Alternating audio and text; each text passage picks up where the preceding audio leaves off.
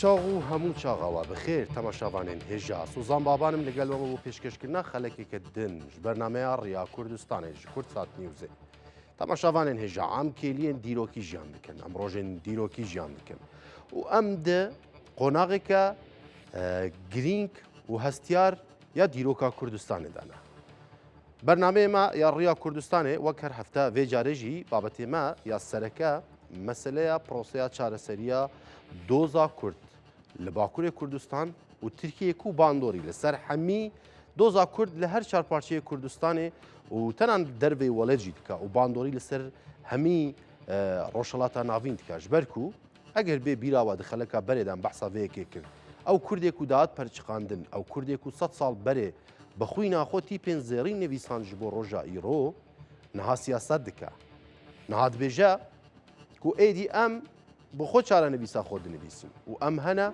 û em bûyne û em ê bibin jî û ji ber vê jî kes nikare pêşiya ev herekîna ber bi azadiya Kurdan bigire Kurd jî ku bêguman mafdarê serekî û mafxorên yanî ku mafê wan hatine xwarin niha li ber deriyê dîrokê ne ku pelên zêrîn binivîsin em bibin mînak û nimûne ji bo hemû gelên navçeyê roşelata navîn û hemî gelên cîhanê û banga azadiye her bikêlî zêdetir jî diqêrin. Niha babetê herî girîng ku me behsa proseya çareseriya doza Kurd li Bakurê Kurdistanê Tirkiye kir biryara vê hefteyê hefteyeke dîrokî bê komek gerîlayên Partiya Karkerên Kurdistanê PKK ku bi salayê ji bo azadiya Kurd û Kurdistanê têkoşîn dikin biryara ji bo samîmiyeta xwe nîşan bidin wek niyetpakiya xwe nîşan bidin li hember proseyekî ku rêberê wan de dest pêkirin û gotiye divê pekekê xwe fesix bike xwe fesix kir kongreyê xwe girt û najî ji bo samîmiyetê komeke wan çekê xwe ji nav dimin çekê xwe dişewitînin ango çekê xwe radest nakin çekê xwe dadinin ji bo ku bêjin wa em gav davêjin û em bi niyetin niyetê me paqij e niyetê me baş e û êdî divê dewlet jî gav babêje bêguman ev gelek bûyerên dîrokî ne ku rojên pêş me de diqewmin ji bo guftugokirina vê babetê û taybet li ser proseya çareseriya doza Kurd li Bakurê Kurdistanê Tirkiyê mêvanekî me bi rês heye bi rês Gulcan Qaçmaz Sayegîd hem parlamentara Dem Partiya wan ye hem jî hevberdevka însiyatîfa Yekêtiya Demokratîk e û rêxistineke nû bû wekum jî dizanin li Bakurê Kurdistanê hate avakirin. Birêz Gulcan silav û rêz hêvîdan û reşawa baş bê spas ji bo vê derfetê. Silav û rêz êwar baş. Gelek spas. Baş e. Spasûn çawan? Belê. Ez dixwazim pirsa xwe bi vê yekê dest pê bikim. Gavên dîrokî tên avêtin, kêliyên dîrokî ne bi rastî û her çavê her kesî li bendeyê ku vê heftê bi taybetî vê heftê de dê çawa derbas be. Niha bi giştî bi rêveçûna proseya çareseriyê li Tirkiye û Bakurê Kurdistanê çawa bi rêve diçe. Tevî ku hûn wek Dem Partî rojane gelek civîn jî li dar dixin û hûn di nav civakê de ne û aliyekî we jî desalat û hikûmetê ye.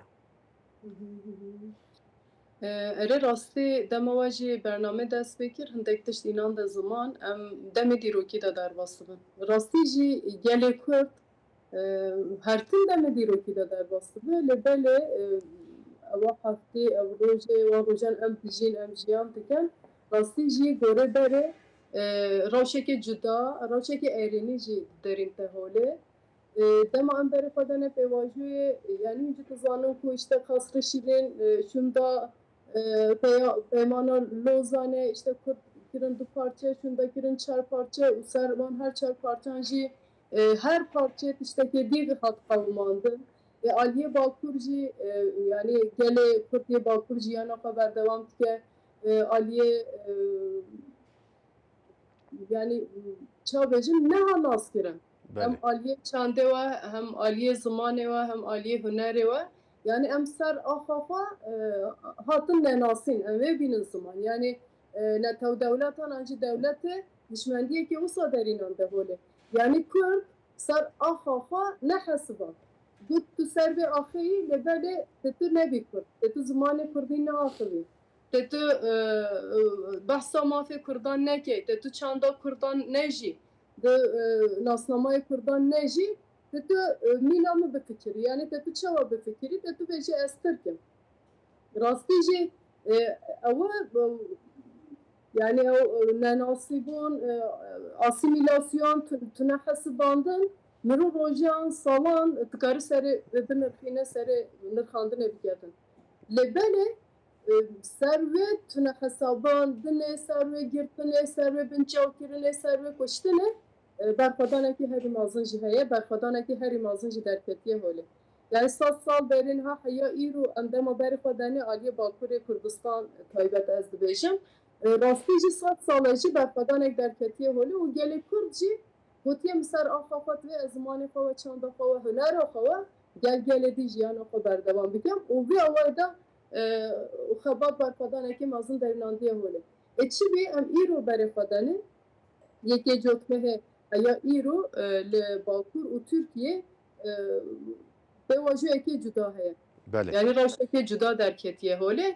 Yani gorê me gorê Dem Partiyê jî ew rewşekê erînî ye. Ji ber ku ji ber çi em vê dînin ziman ya rastî jî me êş pir kêş e. Yani hem ser axa xwe me êş pir kêş e hem aliyê dî we me her aliyê we ew êşkêş e û em dixwazin ku şer biqede, xwîn êdî nerêje, roniyê dayikan êdî nebare û ser wê axê em bêjin êdî ew ax têr û tujî biye. Aliyê girînê we jî, aliyê êşê we jî, aliyê kuştinê û mirinê we jî êdî roj roja aşitiyê ye, êdî roj roja wekeviyê ye, êdî roj roja azadiyê ye. بله Yekê cotmehê hûn jî dizanin ku Birêz Devlet Bahçelî hat dest xwe dirêjê partiya me kir a Dem Partiyê. Şinda demek dirêj bî hûn jî dizanin Birêz Öcalan bi 26 sala girava İmraliyê bin tecrîdê dabî. Yani herî salê daviyê, her 4 salê daviyê qet hewdîtin pêk netînan ne gel parêzeran, ne gel malbattin, ne gel siyasetmedaran. Yani gel derwe qet ew ave tune bî qut bibiye, ne dikarî hewdîtinê bike. Em îro berê xwe danê piştî yekê cotmehê Biraziyê wê Birêz Ömer Öcalan çû, Birêz Öcalan dît. Şunda 27 Şubatê Birêz Öcalan bangewaziyekê dîrokî kir bi بله dizanin we nêzik jî şopand. Yani ew bangewazî tune ser Bakurê Kurdistanê ne ez barim ku ser her çar parçe Kurdistanê, her çar aliyê Kurdistanê û ser Tirkiye, ser Rojhilata navîn û hemû cîhanê rastî jî rewşekê erênî derînan de holê. بله Piştî kerenke ez barim hûn tiştek بله yani ev hemî dîrok dibêjin hemî pirtûkên dîrokî dibêjin ku Kurd bi rastî jî gelekî aştîxwazin gelekî aştîxwaz bûne ji ber ku pêdiviyan wan bi dagirkirinê nîne û bi xwe di erdên azad da jiyan kirine. Dixwazim bi vê vegirê bidim. Niha ji ber ku hûn bi xwe rasterast bi mijarê re eleqedarin em nekarin behsa niyeta dewleta Tirkiye bikin. Lê ew jî hinek giliya dikin yani Erdogan jî gelek cara gilî kiriye ku dibêje prosa hinekî giran bi rêve diçe. Lê hûn gavên dewletê çawa dibînin yani dewlet divê ji xwe diyar e divê çi bike. Lê ev gavên giran ku dimeşin sedemê wan çi ne? Yani em behsa rewşekê dîrokî dikin ya. Bele. Rastî jî mesela heya niha aliyê ew ê dewletê Kurd ne dihesiband belê demek dirêj e bêjî em û Kurd em xwişk û birayê hewin em mîna neynikin yani em nikarin hew cida bin em ser wê axê mîna xwişk û biran jiyana xwe berdewam dikin ew gotinê dewletê wê. Lê belê dema me berê xwe dida fermiyetê, me berê xwe da makezagonê, me berê xwe da qanûnê, me berê xwe da dadgehan, me berê xwe da dozê, me berê xwe da perwerdehiyê, mixabin ew xwişk û biratî yek derê de ne derkete holê. Yani me ne dikarî em nikarin ser zimanê xwe perwerdehiyê bibînin. Ew ya herî mezin tiştekî herî mezin ew e. Em bêjin em Kurdin berê digutin Kurd tune yani Kartkûrtê dest pê kiriye îro gel Kurdan belê hewdîtin heye. îro mafê Kurdan wekî bê naskirin hindek xebat tên meşandin. Rastî jî ew heya îro saya berxwedanê de ye gere em ê bînin ziman. Saya berxwedanê lê belê îro jî em berê xwe denê em hinde behsa aşîtiyê dikin, hinde behsa azadiyê dikin, hinde behsa wekewiyê dikin, erê aliyê dewletê we jî hindek gav tên awêdin, belê mixabin giran in. Gere hindek tişt lez û bes pêk bin. Ji ber çi ez vê dibêjim, we jî înan de ziman rastî jî em her tim nageldanin. Navbera me ya gel tuca kutna bu 24 saatan em nageldanin. Em li kolanan, li tağanan, em li gundanan, li bajaranan, li navçeyan her tim em xebatê xwe berdewam dikin. Li îro jî hem roj hem şew hevalê me, rêxistinê me, navendê me, navçê me, aliyê ciwanan cuda, aliyê jinê cuda, aliyê partiyê siyasî bêjin cuda, aliyê saziyê sivîl cuda, em gel herkesi civînan li derdixin. Hindek deran ew dibe civîn, hindek deran dibe panel, hindek deran dibe atölye, hindek deran dibe konferansna ve cuda cuda em dikarin danin. Li em çi dikin? Em 24 saatan dixebitin ku em bêjin ewa pêvajoyekê dîrokî ye. Ewa pêvajo gere aliyekê erênî davî bibitin. Ji ber wê em civaka demokratîk çi awa bikin? Ewa pêvajo çawa derbas dibe? Gere em serida gelê Kurd em çi bikin? Bele em vê jî dizanin ku ewa mesele tune mesele gelê Kurd nîne. Ewa pirsgirêk tune pirsgirêka partiya demê nîne. Yani ye Türkiye jiyana xwe berdewam dikin gelê Türkiye, olê Türkiye, baveriyê Türkiye, hizbê Türkiye heme. Ew pirsgirêk serida ye heme gelê Türkiye'de jiyana xwe berdewam dike pirsgirêk ya wan hemiyan e.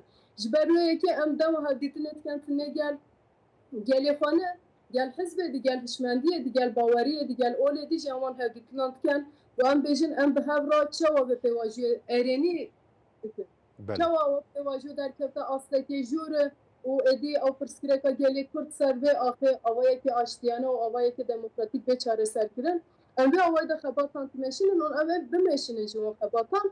Lê belê dema em diçin wan civînan hindek pirs tên. Yani bêjin işte Yani fikara civakê jî heye, yani fikara civakê jî ye ji ber ku hûn di nav civakê de ne. Hûn alaqedar dibin. Civak çi dibêje divê derbarê de? Erê. Civakî vê awayê de biryar e baveriya civakê rêxistinê tê. Yani bêje baveriya me rêxistinê tê. Lê belê hûn jî dizanin na dîrokê de hindek mînak jî hene yani. Mînaka 2013 û 2015 heye. Ji ber wê gel bêje devlet çima gavê berçav nabêje, çima gavê şember nabêjin, çi nebêje ew gav çima hevalê me yê girtîgehê nayên berdan. 40 salê xwe temam kirine çima nayên berdan. Hûn zanin girtîgehê hevalê me yê nexweş hene. Yani hezaran zêdetir hevalê me yê nexweş girtîgehê danin. Îro jî hilbijartiyê me girtîgehê danin. Zafan hevalê me koçber bîne, penarber bîne.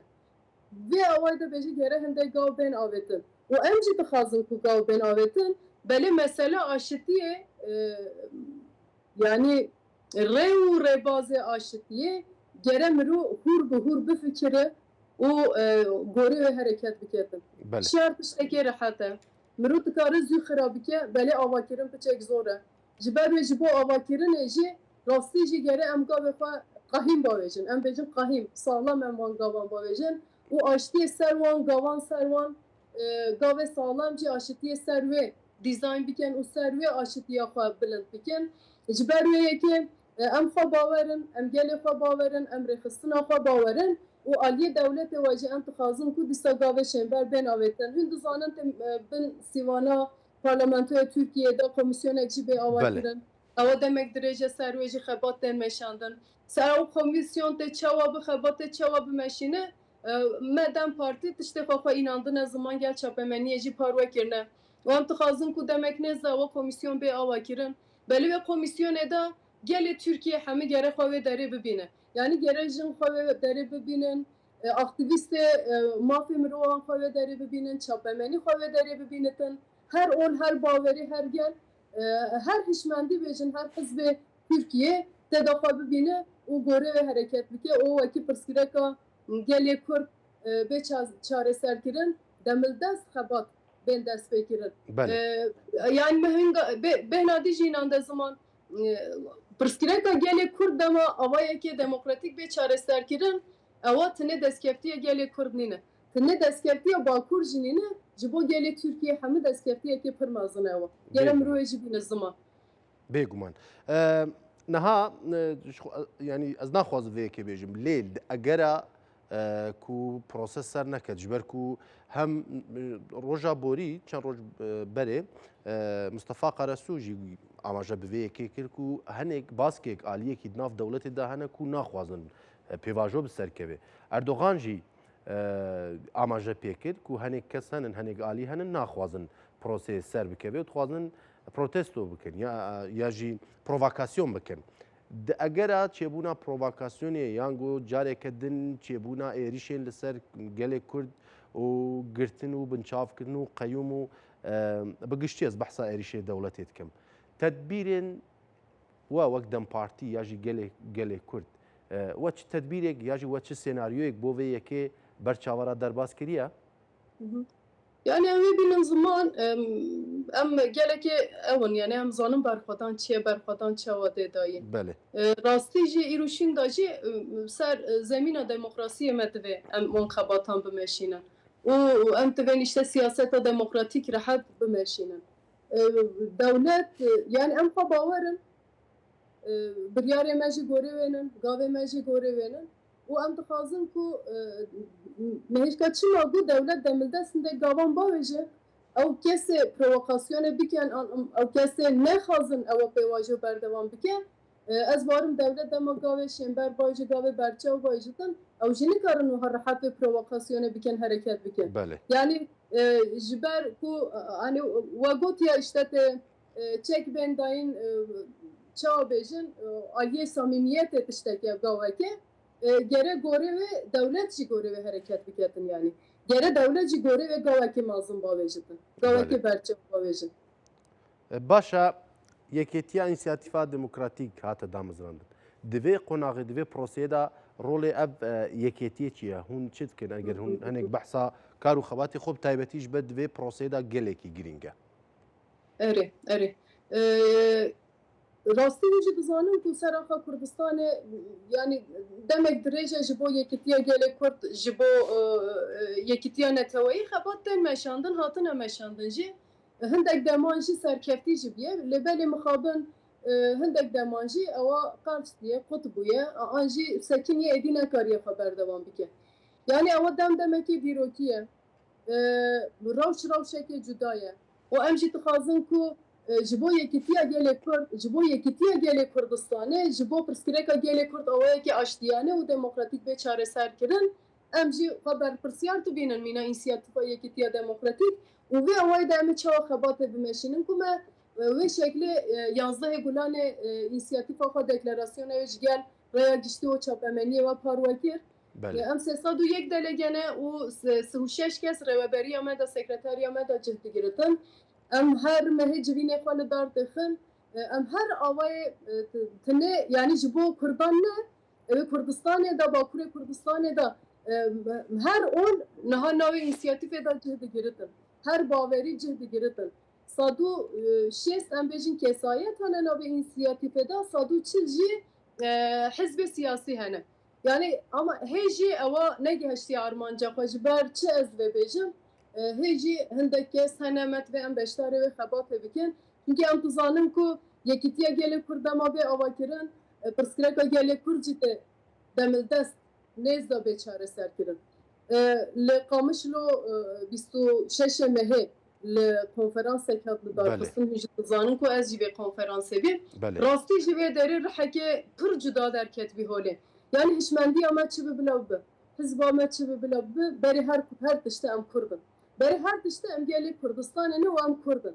Ji ber wê yekê ji bo mafê Kurdan, ji bo statiya Kurdan, ji bo naslama Kurdan, ji bo jiyana gelê Kurd wekî jiyanekê aştiyane berdewam bike, jiyanekê azad berdewam bike, serê de gere em yekîtiya xwe xurt bikin, yekîtiya xwe ava bikin. Kurdistan vê awayê de pir rengî ye, em jî dizanin ku pir ol pir bawerî ne Kurdistanê de jiyan dikin. Lê belê dema pirsgirêk bê ser yekîtiyê bisekinin mixabin hindek ji bo berjevendiya xwe, hindek ji bo berjevendiya malbata xwe, hindek ji bo berjevendiya hişmendiya xwe û hizba xwe dikarin rewşên neyînî jî derîn neholê. Wan bêjin em çiqe pir rengî jî bin gene em yek dengê derînin. û ew deng jî çi ye? Yekîtiya Gelê Kurd û Yekîtiya Gelê Kurdistanê ye. İnisiyatîfa Yekîtiya Demokratîk jî ji bo Yekîtiya Gelê Kurd û ji bo Yekîtiya Gelê Kurdistanê û awayekî jî ji bo Pirsgirêka Gelê Kurd awayekî aştiyane bê çareserkirin û demokratîk bê çareserkirin bê avakirin wan xebatan dimeşînin. Ew xebatê me her rûzê de jî dibin. Em dixwazin ku em berfirehtir jî wan xebatan bimeşînin. Yani tune Ez dixwazim li ser vê xebatê bipirsim Birêz Qaçmaz. Yani di asta nêvdewletiyê de ji ber beryana demekî Birêz Tuncer Baqirxan jî li Brîtanyayê bu gelek civînên ji bo diasporaya jî hat li darxistin. Di asta navdewletiyê behsa Kurd nakim yani welatên derve ji ber piştî daxuyaniya PKK ji bo xwefesexkirinê û biryarên kongreyê gelekî yani em bêjin bertekên erênî hatin ji aliyên dewletan ve. Hûn weke Dem Partî çixas xebatên wê dîplomasî li pêş ji bo ku ev piştgirî hebe ji bo ku wek fişarekî bête karanîn li hember Tirkiye ji bo ku êdî Tirkiye jî divê ber ve demokratîk bûyînê ve gav bavê jî. Êdî roj roja dîplomasiyê gere ez bibînim ziman. Rastî jî em Dem Partî jî yanî tunê ne diasporayê her çarbeşê Kurdistanê hin jî dizanin ku yani ewa nêzîkê 2 sal her tim heyetê me şandeyê me tên vê derê jî hevdîtinan dikin. û em gel her derê jî wan hevdîtinan dikin yani hem diasporayê hem aliyê Rûsyayê hem aliyê Başûrê Kurdistanê em her tim diçin tên û em dixwazin ku tunê li vê derê ne Gelê Kurd her derê bênasî. Ya rastî jî berxwedana Gelê Kurd xemînake niha ji bo hemû cîhanê gere em vê jî bînin ziman. Yani herî nêzîkê me berxwedana Rojava heye û niha jiyana Rojava derketî holê em dizanin ku bu hemû cîhanê biye mînak. Felsefeya jin jiyan azadî niha serî de ji bo jinên hemû cîhanê niha mînak e. û ew paradîgma tunê ji bo Bakur an jî ji bo her çarbeşê Kurdistanê ne rastî jî ji bo roşilata navîn û hûn jî dizanin şerê sêyemîn em dibêjin nav roşilata navîn de diqewime ji bo ew tarîtiya roşilata navîn wekî derkevta ronahiyê rastî ew paradîgma em tînin ziman jî mînake yani bu hemiyan û dikarî ji bo aşitiyê pêşiya hemiyê jî weketin. Ji ber wê em jî Dem Partî em hindî dikarin em aliyê dîplomasiyê we jî xebatan dimeşînin û em her derê bêjin yê Gelê Kurd yani em ne bawerin êdî kîme nas nake de belê em dîsa diçin em bêjin em xebatê me wê şeklê ne em vê tiştê dixwazin û Tirkiye ew tiştê em diqewimin em dixwazin ku ew pirsgirêk vê away we bêçareserkirin û hem her derê tînin ziman.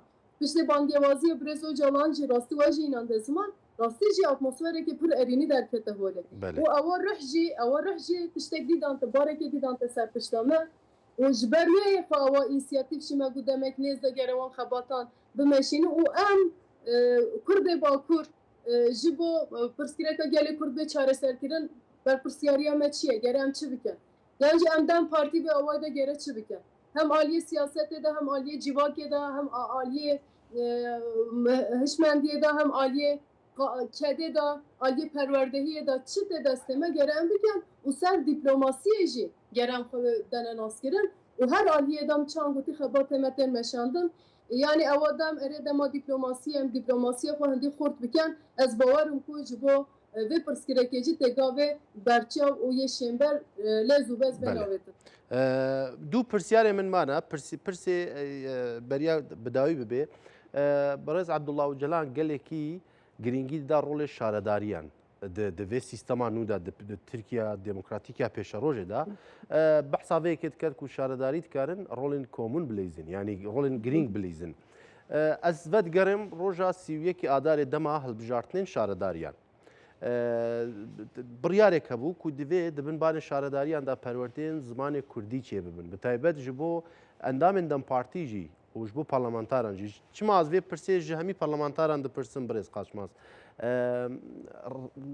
Wek Dem Partî hûn çiqas giringî didin meselê xebatên şaredarî û niha amadekariyên we çi ye? Bi taybetî ji bo xebatên di aliyê ziman de. Ya rastî xwe na em bêjin rêzîkname ma de perwerdehî ya zimanê Kurdî bû me her tim mihîm e em vê bînin ziman. Doza me ya yekemîn jî ser perwerdehiya zimanê Kurdî ez mamoste bîm hatim îhraçkirin. Yani ewa bû me hebûn tunebûn yani zimanê xwe وەکی ئەم ناسپیان سەر زمانی خۆ پەروەردەهیە بمێشینن دەمان بەری خۆ دانە شارەداریان ڕێوەبەریە خۆجییان ببێژن دەمان بەری خۆ دانە شارەداریان دەما ئەو خەبات دەست پێکردن ڕاستی ژی بن وێ سیوانەیە شارەداریاندا عالی پەروەردەهیە زمانی کوردی ژی خەبات هەبێت قرێش هەبین ji bo zarokan qirêş hatin wekirin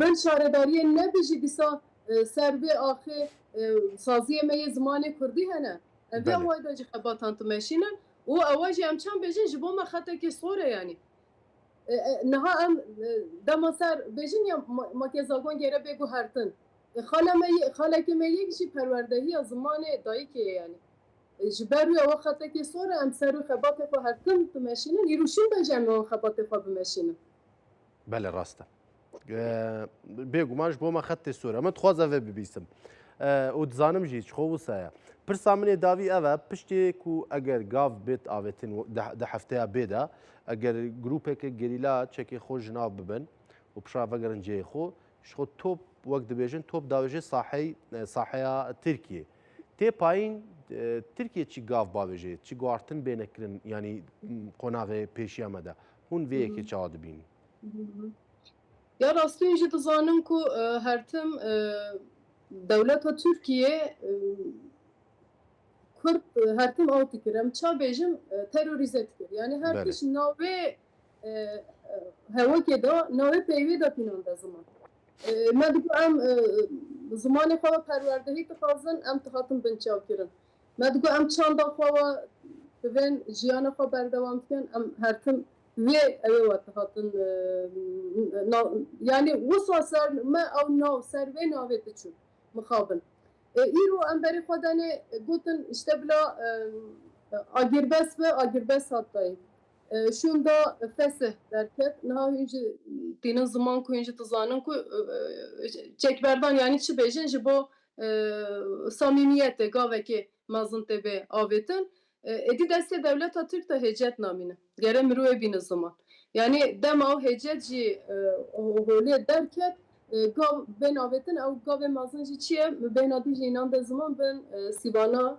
parlamentoya Tirkiyê da komisyon demildest ava kirin û ew komisyon xebatê xwe lez û bes dest pê biketin û wan xebatan bimeşînitin ew xebat jî tê çi bin ji bo pirsgirêka gelê Kurd awayekî aştiyane û demokratîk bê çareserkirin em dixwazin ku me divê ku Hizbê Tirkiye jinên Tirkiye ciwanên Tirkiye gelê Tirkiye û baweriyê Tirkiye hemû vê derê da cihê xwe bigirin û ji bo jiyana Tirkiye îro şûn da ça demokratîk bitin ji bo wê jiyanê xebatê bimeşînin ewa pirsgirêk bêhna dî ji gund pirsgirêka gelê Kurd tinenîne ewa pirsgirêka Dem Partiyê tinenîne ew pirsgirêka gelê Tirkiye hemî ye û Tirkiye eger demokratîk be vê gavê ve tê demokratîk bitin eger pirsgirêka gelê Kurd awayekî aştiyane bê çareserkirin em hinga dikarin ku bêjin Tirkiye dewletekî demokratîk ye ewa girêdayî hewe ji ber wê yekê bin sîvana parlamentoyê de xebat dest pê bikin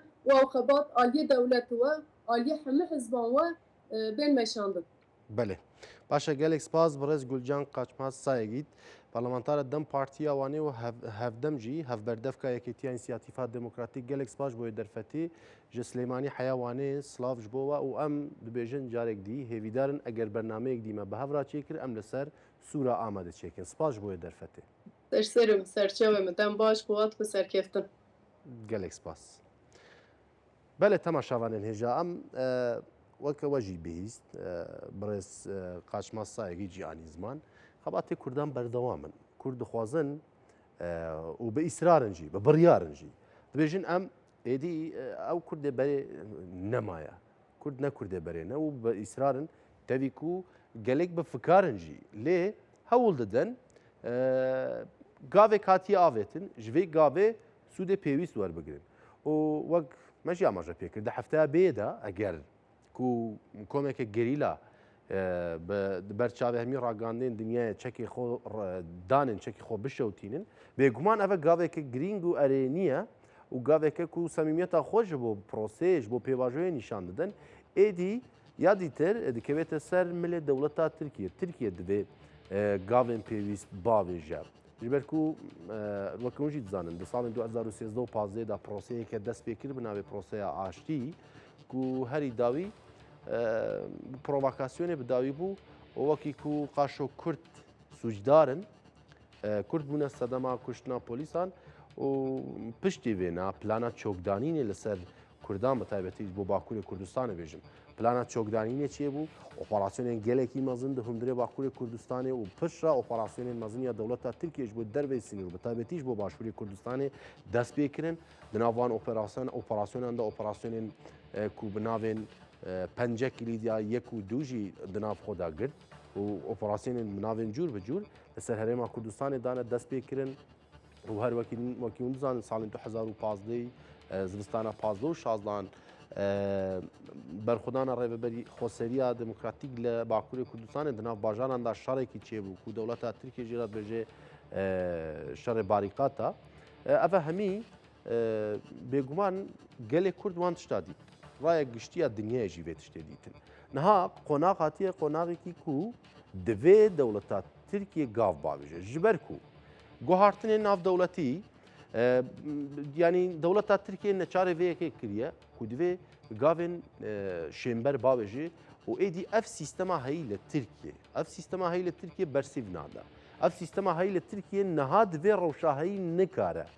Li hember êrişên derve ji bo dewleta Tirkiye xwe ji bo vê yekê amade dike. Dibêje eger êrişên derve çê bibin ji ber ku di hundirê welêt behsa Tirkiye dikin. Di hundirê welêt da jî şerekên navxweyî heye, pirsgirêka Kurd heye, pirsgirêka azadî û demokrasiyê heye.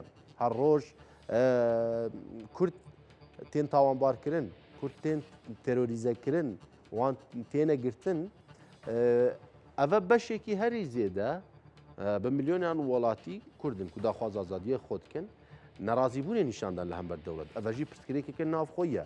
Nexwe eger Tirkiye bi vê rêbazê berdewam bike bêguman nikare di guhartin û veguhartinên dema pêş ku wê li dinyayê û li rojhilata navîn çê bibin nikare xwe jê bifertilînê. û ev jî dibe sedem ku niha Tirkiye dibin fişara de be û her ev fişar bûye sedem ku dewlet baxçelî ku serokê partiya tevgera netewperest yanî partiya herî netewperest partiya ku herî zêde dijberê Kurd e herî zêde wek Kurdî dibêjin eger xwîna Kurdan jî vexwe dê têr nexwe ev hewl da yanî çi parlamentoyê لەگە کۆمادان پارتیا لە پارلەمانتۆی سلااف دانە هەبدوو دەستی خۆدانە هەبدوو و پرشا لە پارلەمانتۆی بانگەوازیە بەیەکێ کرد و ئەگەر عەبدوڵڵا و جەلان هەوڵ بدا کو ڕێخستنا خۆ فەسخ بکە دکارێژ مافی هێویەژی سوود وەرگێ هەرچ خاستانەها بەحسا مافی هێویە زێدە نەکریە دەوڵەتا ترکی لێ ئەش دخوازم وێژی بێنم بیراوە تەماشاوانن هێژا دەوڵەت باخچەلی جۆتمەیەدا دمەها جۆتمەهێدا لە پارلەمانتۆە ترکیە دەما بانگەوازیە لە عەبدوڵڵا و جەلانێ کرد و divê bangewaziyê bike PKK xwe fesex bike wê çaxê got eger yanî dikarê tevlê koma dem partiyê bê li parlamentoyê bangewazî jî bike û dikarê ji mafê hêviyê jî sûd werbigirê. Lê taneha dewlet çi gavekî navêtiye ji bo mafê hêviyê û babeteke dîtir jî heye me berê li demê berê de jî behs kir û meselê guhartina makazagoniya jî destûra bingehîna Tirkiye û çend xalên serekî hene li destûra bingehîna Tirkiye de ku ew bi xwe jî pênase dikin dibêjin destûra ku niha hatiye yanî nivîsîn destûra dema darbeya 1980 darbeya îlonê ye ev Erdogan jî bi xwe behez dike. Li parlamentoya Tirkiye ji bo ku destûr bêne guhartin niha wek dizanin AK Partî û MHP AKP û MHP bi hevra hevpêmaniya cumhur çêkine ku bi hevra 376 kursiya wan heye CHP û İYİ Partî tinê 164 kursiya wan heye û hevdem Partiya Yenî Yol 23 kursiya wî heye li parlamentoyê de ez behsa çima wan dikim ji bo ku rejeya kursiya zanibin Dem Partî ku Partiya Nûnertiya Kurdan dike 56 partiye yanî Partiya yekemîn AK Partiye bi 273 kursî CHP 135 kursî û Dem Partî jî 56 kursî. Niha ev çarxalên yekem yê ku di destûra Tirkiye da cê rexnene û divê bêne guhartin û ne destûreke demokratîk e xala yekem ev e ku dibêjê şêweyê dewletê komarî ye. وڵات دادپەروەریە و مافێ مرۆڤان و ڕێزکان یا ئاتاتورکە خاڵا سێمژی بەحسا یەکپارچەتیە ئاخ زمان و ئاڵ دکە و هەروەکی دن خاڵا چارەم نەگوهاتنا هەر سێ خاڵێن دەست پێکێ واتە هەر کەسێک و لە ترکی ژیان بکە ئەو دەبێژن ترکە ئەvە دەستورە بنگەهین ئا ترکێ دەهاتیە hûn dizanin hûn dişopînin lê ADF sîstem bersîv nada ji ber ku her ku di Tirkiyeyê de jiyan dike ne Tirk e Kurd hene lez heye Çerkes heye gelek mijar hene ku mirov dikare ser nîqaş bikin niha jî mêvanek me gelek birêz heye birêz wahab coşkûn rastexo li gel me ye mamosta wahab dem baş hêvîdarim roşa te baş ve spas ji bo wê derfetê Gelek spas, ez ji bo davetê gelek spas dikim. Sağ olun, gelek spas. Gelek spas. Mamosta dixwazim bi vê dest pê bikim niha vê heftê gaveke dîrokî tê avêtin proseyeke dîrokî em dibînin wekî di raganna de hûn jî dizanin biryara komekê gerîla çekên xwe dayînin li ber çavê ragandina hûn bi rêveçûna vê proseyê ta niha hûn çawa dibînin û bi nêrîna we piştî vê gavê ku pekeke bavê je dê çi tê texmîn kirin Birastî em di demekî vê dîrokî derbasdin çilo yek sal li Tirkiye ji pirsgirêka Kurd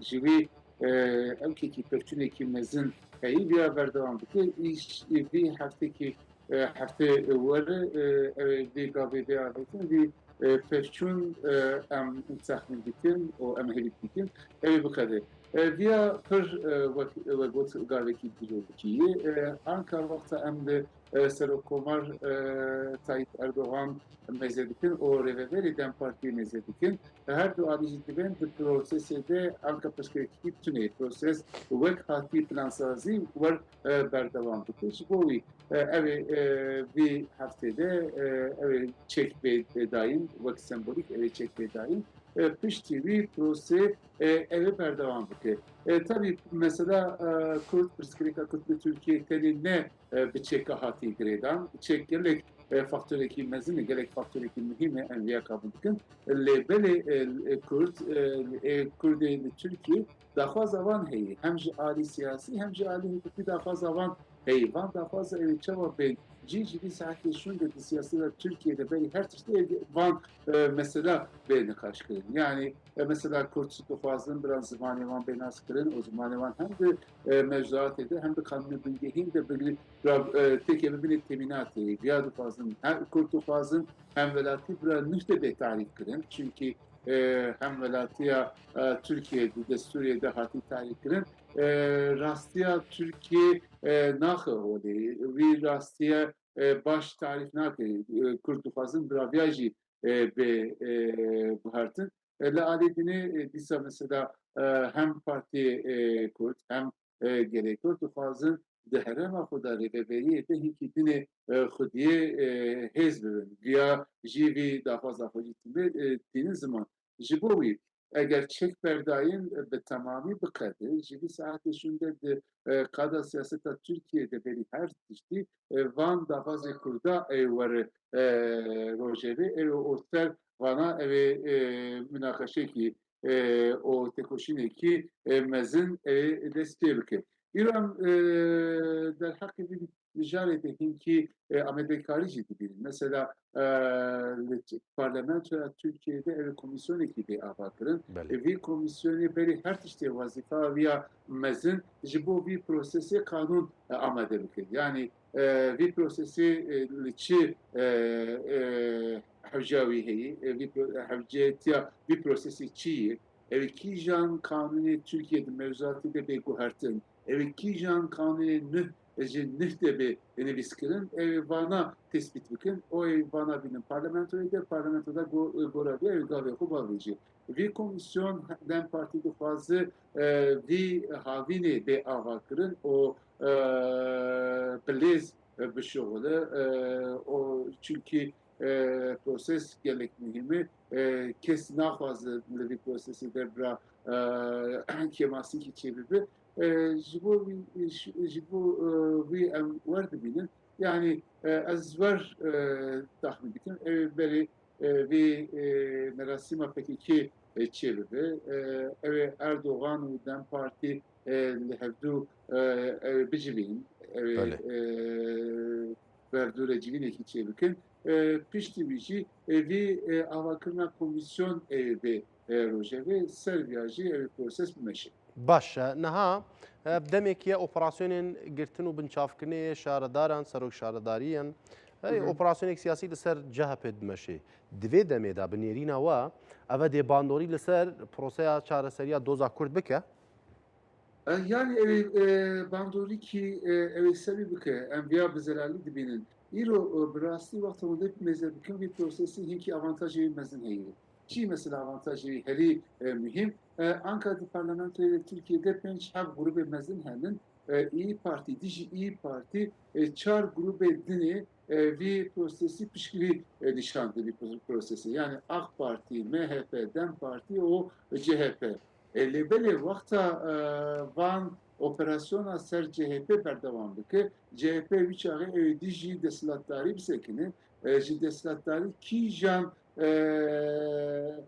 teklif were ya ji kîjan plan were ya ji kîjan ji bo vî prosesê teklifekî were ew dijî viya bisekine îro em viya dibînin yani viya ji bo prosesê tehlikekî mezin e Dem Partî jî îro daxuyaniya xwe de bala vî mijarê kişan li vir pirsgirêkî dinê heye yekekî ew jî em karin bêjin ki mesela piştgiriyê CHP ya jî hilbijarê CHP planîna wan dijî vî prosesê disekine ama rêveberiya CHP vî prosesî piştgirî nîşan dide fakat wexta van operasyona berdewam bike wî çavê rêveberî jî nikare vî prosesê pir piştgirî piş vî bisekin yani li vir pirsgirêkî dinê derkeve çünkü hilbijarê CHP werdibêjin vî prosesê ew ê ji desthilatdarî ji bo AK Parti ew ê menfaatekî derxeholê em çima piştgirî nîşan didin viya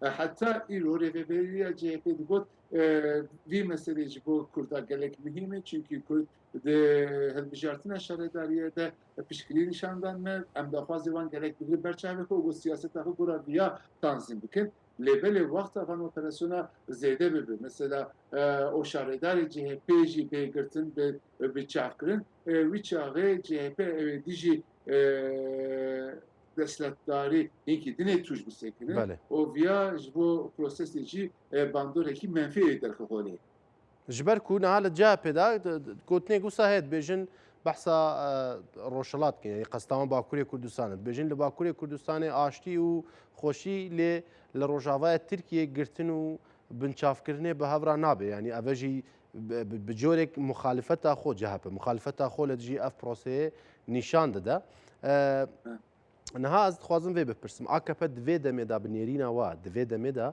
ev armanca van operasyona ji ber ew dibê behsa gendaliyê dikin lê gelo bi nêrîna we armancek dî li pişt heye ya jî AKP keysa xwe lê anî bê ya jî bi derfet zanî bê divê qonaxê de yani ihtimal heye tabii şaredariyê de gendelî çêbibî ihtimal heye devlet çıkarır ya ser her ser bir mücadele. Belli Armanca van operasyona ne dizi ya ne gendali. Em gerek ya brasti binin zaman. Armanca van operasyona belli her tişti CHP jihes kıstını. Yani CHP de bijartına heremide gerek serkefsine kimezin xistestiye xwe ya AK Parti ji viya gelek tirsiya em ya dibînin ji bo vî ser CHP operasyonekî mezin dest pê kir. Îro hikûmet dixwaze wer tiştekî çê bike CHP tenê bira bi pirsgirêkê xwe eleqedar bibe. Bira bi pirsgirêkê dinê, pirsgirêkê memleket dinê eleqedar nebe. Ya jî CHP tenê ser vî mijarê bisekine, van mijarê dinê ji bo gel teklifekî ya jî ji bo gel fikrekî ramanekî neynin ziman em anka wexta dibînin bi rastî hikûmet vî armanca xwe jî serkeftin hestî destê xwe çünkü CHP di wexta van operasyona dest pê kiriye heta îro bi temamî çikiştik karê xwe barê xwe faaliyeta xwe ser van operasyona dike yani pirsgirêkê din derheqê vana da nikare planekî derxe ortê ya jî nikare fikir ramanê xwe bîne ziman çünkü piştgiriyê CHP jî berî her tiştî dixwazin bira partiya wan ser vî meselê bisekinin ji bo wî دستلاتداری یعنی AK Parti بله. ji alî ki dixwaze CHP bira tenê di vî çerçeveyê de bimîne tenê ser vê mijarê bisekine li alî din jî dixwaze CHP bira têkeve navxwe de bira pirsgirêkî derkeve. Mesela we şopandî heftekî berê Kemal Kılıçdaroğlu serokê CHP'yê berê jî ew jî derketibû holê ji bo ji jî dixwastin nav CHP hinkî dinê pirsgirêk zêde bikin ya jî agirê nav CHP de hinkî dinê mezin bikin. Ji bo wî hikûmet dixwaze CHP evkekî hêzekî mezin xiste bi destê xwe bijartine dixwaze bir hêzê wî kêm bike, dixwaze irtibata wî nav irtibata CHP û navbera gel vî irtibatê bixwetîne. باش پرسا داوی من ئەڤە کەکێ وهاب gelek Kurd bi giştî hem wek sazî û rêxistinên civaka sivîl û wek partî û wek gel jî bi nêrîna te divê niha divê qonaxê de gelek Kurd çi bikin? Yani gelek Kurd demekî dirêjê ew dixwestin pirsgirêka Kurd bi riya siyasetê çareser bibe. Çünkü çil sal pevçûnekî çê dibin lêbelê dibî vî pevçûnê ji bo pirsgirêkê Kurd çareserîkî dernexistî holê. Li alî dinê li Türkiye siyaseta Kurd hêzdar e yani hem di parlamentoya Türkiye'de hêzê sêyemîn e li alî dinê desteyî de gelek zêde şaredarî heye yani bi siyaseta jî karı daxwazê xwe bîne ziman. Li alî dinê em wexta li civaka Kurd mêze dikin li civaka Kurd de gelek guherandinekî mezin heye. Civaka Kurd anka dixwaze çi û xas daxwazê heye vî daxwaza xwe bi siyasetê bîne cî. Ji bo wî ez bawer dikim vî çekberdayîna PKK yara çekberdayîna PKK ji alî gelê Kurd piştgirîkî mezin dibîne. Wexta em lêkolînê jî mezin dikin em vî rastiyê dibînin. Îro lêkolînê dawî ji me re îşaret diku ki ji Kurda ji sedî heştê yekî vî pêvajoyê vî prosesê piştgirî didin. Yani dixwazin viya vî prosesê bigî dawiya xwe û bi netîcekî müsbet biqede. Lêbelê wek berê jî got viya tabi konaxekî vî konaxê wexta çek ji holê rabe. Wexta PKK çekê xwe berde. Pevçûn biqede ji vî saetê şûn de pirsgirêka Kurd ew di qada siyasetê de pir daha sekoşînekî mezin gerek bide. Çünkü daxwazê Kurda henin, gelek Kurd daxwazê wan henin, van daxwazê wan jî ancak mesela bi guhertina kanunê bingehîn mümkün e, bi guhertina mevzuata Türkiye mümkün e, viya jî siyasetê de gerek mücadelekî mezin gerek nîşan bide. Belê. Başa gelek spas bi rêz Wahab Coşkûn şrovekar û çavdêrê siyasî li gel me bûyî gelek spas. Gerek spas emal baş. Elbijî. Belê temaşavanên hêja.